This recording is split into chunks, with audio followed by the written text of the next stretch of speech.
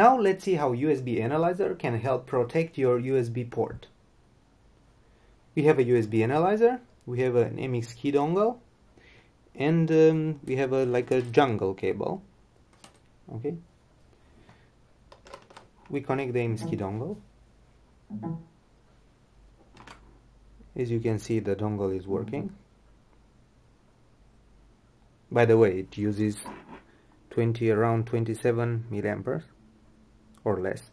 You see the power requirement is decreasing over time. Okay, now we insert the USB cable, and let's say we are making some test point, and by mistake we connect the ground and the plus together, and we hold it like this for, I don't know, 10 seconds. 1, 2, 3, 4, 5, 6, 7, 8, 9, 10.